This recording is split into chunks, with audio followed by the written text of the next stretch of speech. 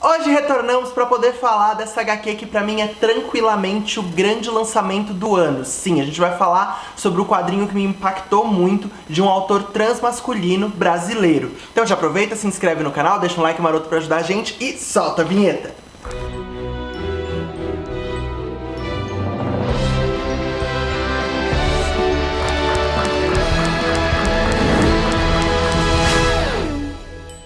Fala, peixinhos de toda a internet! Estamos de volta, sejam bem-vindos a mais um HQ, o programa semanal de quadrinhos aqui da Mara Geek. Eu sou o Sérgio e hoje falaremos sobre Monstrans, HQ do Lino Arruda. Bom, eu acho que é uma responsabilidade muito grande falar sobre essa HQ, porque eu acho que é uma das minhas melhores leituras da vida, assim, né? Uma HQ que me impactou muito, que tem uma qualidade muito grande, e aí eu quero falar um pouquinho pra vocês sobre ela, né? O Lino, ele é um quadrinista transmasculino, que já tem diversas zines também, escrevia os Sapatuns também, é um trabalho independente incrível que ele fazia. Inclusive comprando Monstrans eu ganhei algumas das zines dele assim, maravilhosas, assim, com um humor muito certeiro, muito incrível, e nas redes sociais dele, no Instagram, etc, você consegue encontrar algumas das suas tirinhas, coisas novas que ele vai escrevendo, e é sempre coisas muito legais. O que já me chama a atenção de cara nessa HQ é que o Lino, ele aproveita pra poder, de uma forma que eu acho muito interessante, que ele não tá querendo criar um tipo de manifesto sobre o que é ser transmasculino, ou colocar a transmasculinidade dele como uma experiência global, universal e etc, mas apresentar pra gente mais uma forma de ser e estar no mundo. O Lino também é PCD, e aí ele fala um pouco sobre as questões dele com a coluna, né, com o seu eixo nessa HQ, e vai costurando várias coisas, né, várias das suas vivências, das suas experiências, das suas características e da sua identidade para poder construir essa narrativa, né. Nessa HQ a gente vê 3 histórias, são 3 contos, né, 3 momentos diferentes da vida do Lino, em que ele expõe muito isso e coloca em xeque essas questões de identidade, de pertencimento também. Isso me chama muito a atenção na obra dele, essa questão do pertencimento, como nós, né, que somos corpos queer, corpos marginalizados de alguma forma, como a gente está sempre buscando por comunidades, né, buscando pelos nossos pares e etc. E aí o Lino se encontrou, pelo que eu entendo de tudo que ele coloca, né, das histórias dele, ele se encontrou muito na comunidade lésbica, por exemplo, né? Então, quando ele começa a se entender como transmasculino, né, como que fica essa relação, né? Como que ele vai continuar com esse nível de cumplicidade? O Lino coloca várias discussões em pauta, né? Isso nas redes, né? Não só nessa HQ.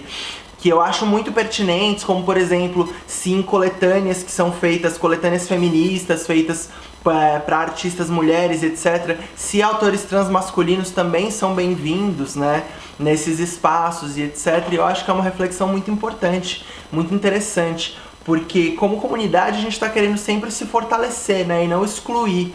E como que isso se dá, né?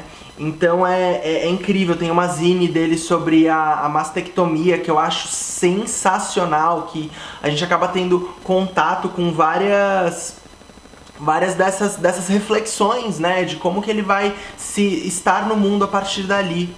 E aí outra coisa que ele coloca também que eu acho muito interessante, que existe um discurso hegemônico, né, sobre pessoas trans de alguma forma, de que elas nascem trans, que isso vem desde sempre, essa identidade vem desde o berço de alguma forma, e aí o Lino já coloca que com ele não foi bem assim e tudo mais, e isso é muito maravilhoso, né, porque eu acho que é isso, não existe uma cartilha, um modo de ser viado, um modo de ser lésbica, um modo de ser trans, de ser não binária, etc. Existem várias vivências, um vasto leque, e todas as pessoas que se encontram dentro disso têm que ser acolhidas, né, dentro disso. Então eu acho que são algumas das reflexões que o Lino propõe com a obra dele num geral, que são muito incríveis. Então é muito legal, assim, enquanto corpo cis, né, poder ter contato com esse tipo de vivência, com essa história, ainda mais no modo como o Lino constrói, que ele constrói, assim, recheado de metáforas, de uma forma com um humor ácido muito bem pontuado, né, eu gosto muito, né, então é um humor que dialoga muito comigo, assim, então por mais que a gente esteja presenciando algumas cenas que são duras, que são difíceis, que são indigestas, ele coloca tudo isso com um sarcasmo, com um humor que dá um tom muito interessante para aquilo que você tá vendo, para aquilo que você tá testemunhando, né? Então eu acho que isso é um acerto muito grande da história. São 3 histórias, como eu comentei, né? A primeira é a terapia de conversão, que é muito boa, que é uma história em que o Lino traça meio que um panorama desde a infância dele, com a questão da sua coluna e etc, de como os médicos tratavam isso, como ele se sentia a respeito disso, se sentia de alguma forma deslocado ali, né, e como a família lidava com isso, e aí é muito legal ir vendo como ele vai construindo essa metáfora mesmo, né, entre o ser PCD, ser trans também, não uma metáfora, mas construindo meio que um diálogo entre essas duas coisas, né? E essas terapias de conversão mesmo, né? Tipo, essa fisioterapia que é quase uma tortura mesmo, né? E aí o que os hormônios causam no corpo, né? No corpo transmasculino também. Então é uma história que vai meio que nesse redemoinho. A segunda história é o Segunda Natureza, que também é muito legal, que é uma história em que é meio que o Lino no próprio quarto traçando um diálogo com várias memórias e partes de si. É muito legal, assim, tipo, uma história também em que ele vai passando por... se questionando sobre a própria identidade, né, e sobre coisas que formaram um pouco dessa sua própria identidade. E aí é muito legal, porque nessa história tem muitas, em todas, né, mas é que nessa tem bastante, assim, referências meio que subliminares ali, né, coisas que ele ia desenvolver um pouco mais nos roteiros, mas ele acabou não dando conta, porque é muita coisa e etc. Como, por exemplo, você vê um momento que ele vai beber água, que ele faz um bico, que é o bico de quem usa o minoxidil, né, pra crescer a barba e etc. Então quando vai tomar água não pode encostar no minoxidil que tá ali.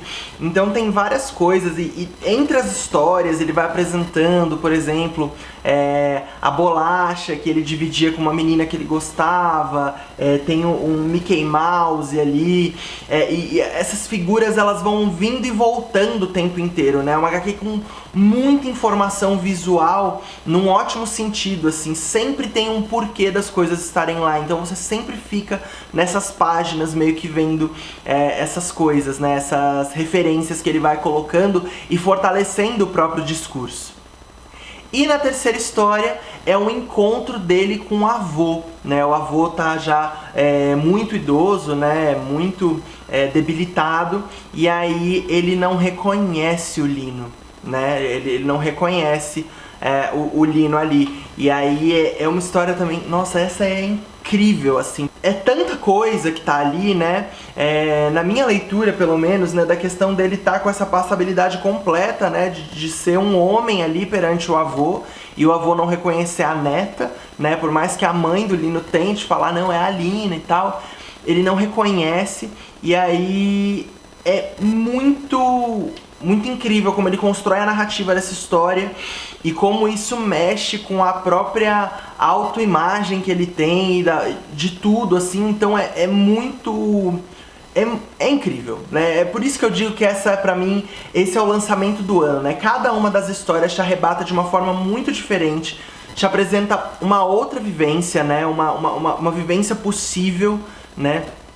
Porque eu acho que o que a gente mais tem buscado com a representatividade é esse olhar, né? Eu falo bastante nos vídeos aqui de você se ver e se enxergar possível perante uma obra, né? Entender que a sua vivência é possível.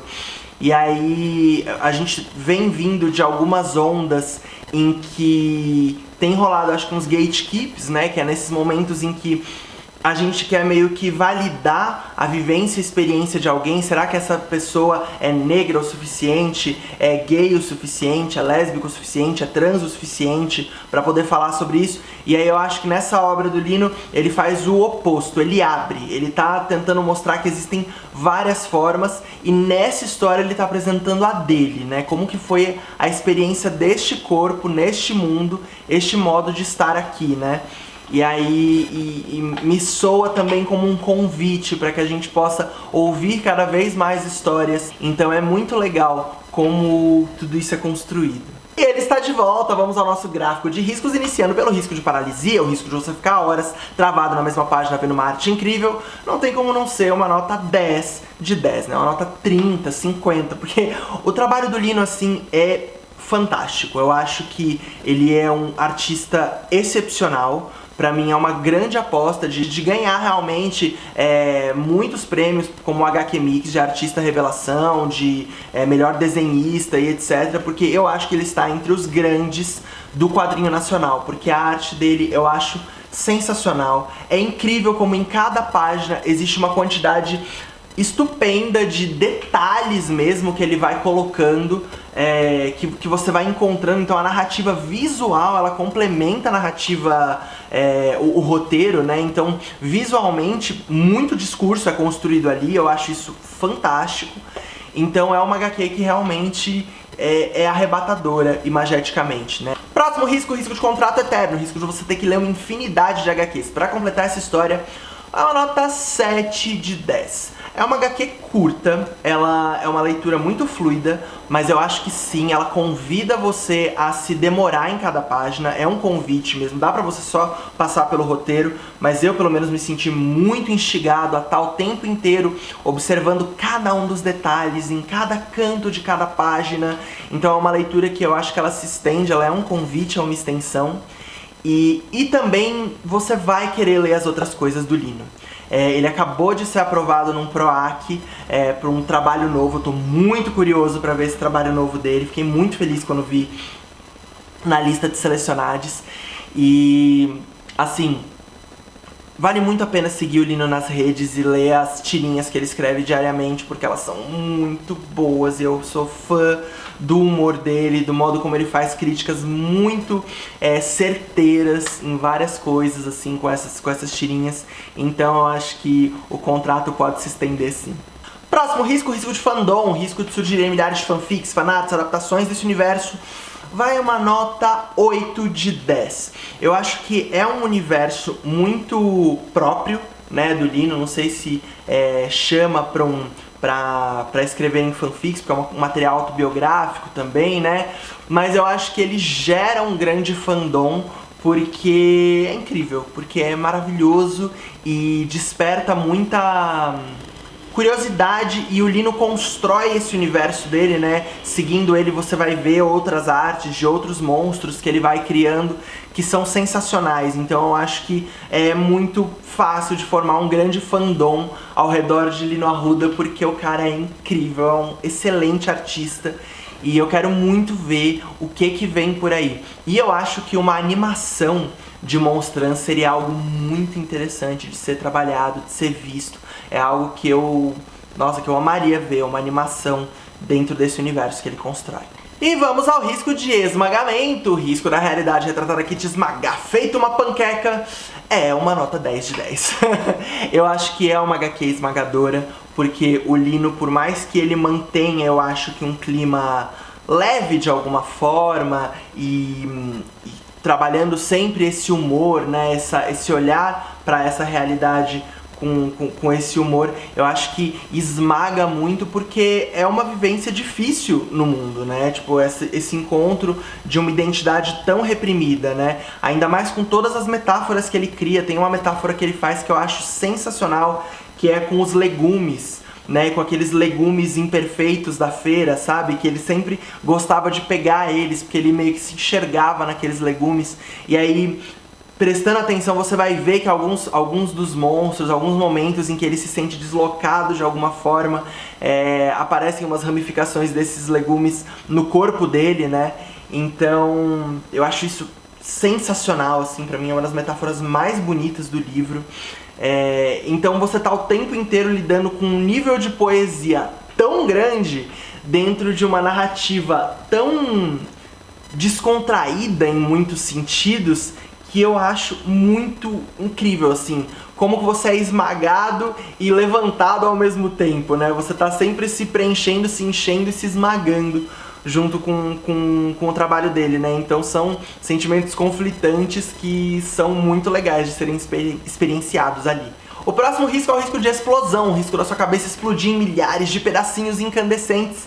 Vai uma nota 9 de 10. Eu acho que é uma HQ explosiva, sim, porque ela de alguma forma explode tudo, né? Explode a cisgeneridade, explode a nossa própria concepção de identidade, de várias coisas. Eu acho que é uma HQ que revira a gente do avesso da melhor forma possível, assim, de ser revirada, porque ela faz a gente se questionar também sobre a nossa própria identidade, sobre como a cisgeneridade é construída, como tudo tem sido, esses papéis têm sido construídos e tudo mais, e isso é muito explosivo. Então por isso que eu acho que é uma HQ explosiva também, porque ela veio pra explodir um monte de coisa. E ela explode e constrói coisas, ela não deixa só os destroços. Eu sinto que ela vai ao longo também construindo pontes e novas possibilidades que são muito legais de serem vislumbradas.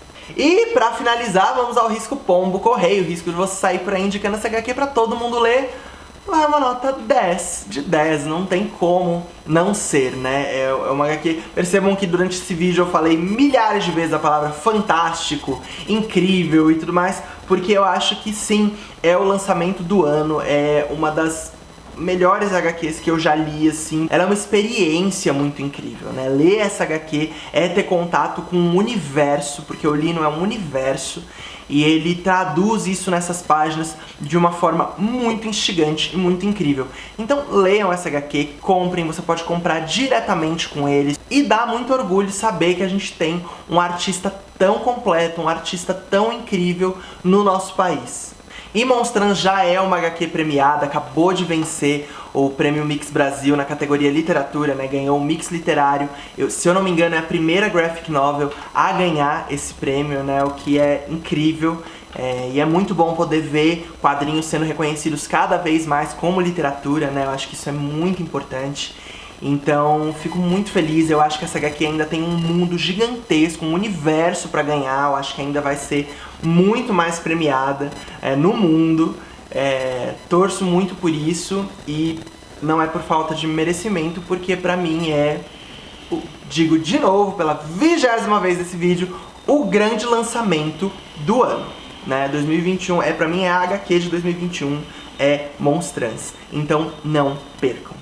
E se quiser ajudar a gente a continuar contando histórias aqui na Maré Geek, não deixe de assinar o nosso Catarse, em que tem várias premiações, tem acesso à nossa comunidade no Facebook, onde tem conteúdos exclusivos. Então, se puder, considere apoiar a gente. A gente tem um grupo no Discord também, que é aberto para todo mundo, então pode ir lá trocar ideia com a gente, com a comunidade de peixinhos, que vale muito a pena.